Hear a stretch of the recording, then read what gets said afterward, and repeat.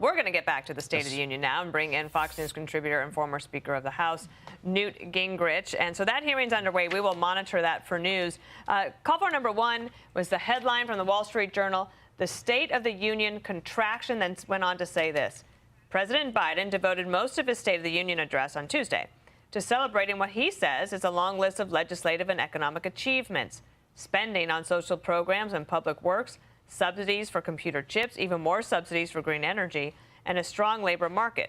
But if he's done so much for America, why does most of America not seem to appreciate it? Because, Mr. Speaker, the polls show that people are in a sour mood. They don't feel like this is working for them. Did he convince anyone last night that it should? No, look, I think this was a fantasy State of the Union. You got to hear from a guy who resides in a White House, flies on Marine One to the airport to pick up Air Force One to go to Delaware so he can bicycle every weekend. His world's fine. It's just the rest of us who are in pain. And I think what you saw last night was a speech that was totally disconnected from reality. His comments about China were on the verge of laughable. You know, we met this challenge and we did what was necessary. That's baloney. Totally dishonest. His comments about the border, totally dishonest.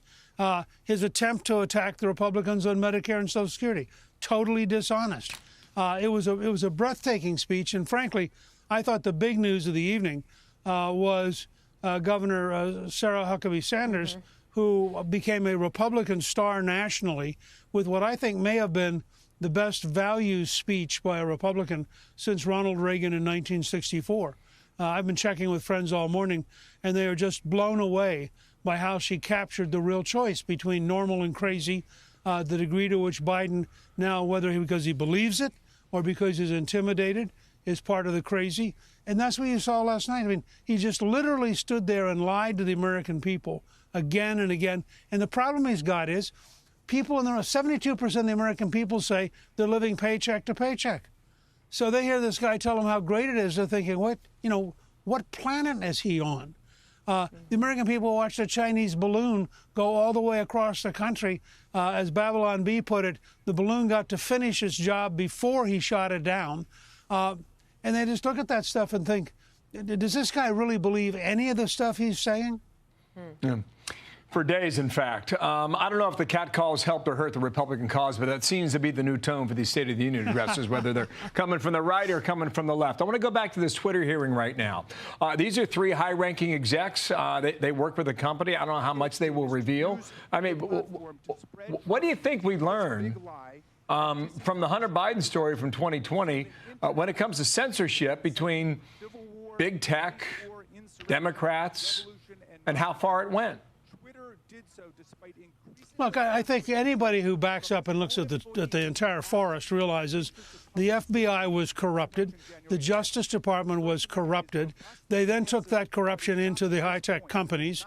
The high-tech companies were eager to collude with them. So was the New York Times. So was the Washington Post. So were ABC, NBC, and CBS. You go back and look at the concerted effort by the entire establishment to discredit the Hunter Biden story, the 51 intelligence officers who signed a totally false letter discrediting the Hunter Biden laptop. I mean, the effort in October to defeat Donald Trump was totally corrupt and historic and involved a total abuse of government power and an absolute violation of the Constitution. I mean, all of that, you can argue about the Election Day results. The campaign itself was clearly corrupted in October. Imagine that everybody had said, oh, the New York Post story is true. Oh, we really ought to know about the $61 million at the University of Pennsylvania, or the $20 million at the University of Delaware, or the amount of money being given to Hunter Biden, or the diamond he was given. I mean, you would have had a totally different election had the country been told the truth. From a strategic communication standpoint, I was just saying to Bill that I think that the Republicans made a good decision, if you're thinking, put their hat on, to hold this hearing this morning, right after the State of the Union. I think that's right. I have to say, by the way, the one time last night that I was glad the Republicans were so raucous was when Biden tried to lie about Medicare and Social Security. They absolutely bludgeoned him away from a message which I'm told he was going to make a major speech in Tampa this week attacking Republicans on Medicare and Social Security. I don't think he can do that now. That's the one time. The rest of the time I watched Speaker McCarthy keep going, shh, shh, trying to keep his people quiet and to be respectful. By the way, you'll notice McCarthy did not tear up the speech. Yeah, that's true. I just want to point that out. Yeah. He told me earlier today that his big takeaway from last night is that Joe Biden's running for a second term. And he concluded that because of the references to finish the job, that phrase from the president. Yeah. You concur? Oh. Yeah, I thought, I told Callista when it was over last night, I thought we now heard his thematic for the 2 years now. But if you look at this morning, CBS came out with a poll this morning that is just devastating. On every question about Biden's effectiveness, he's between 25 and 29% approval.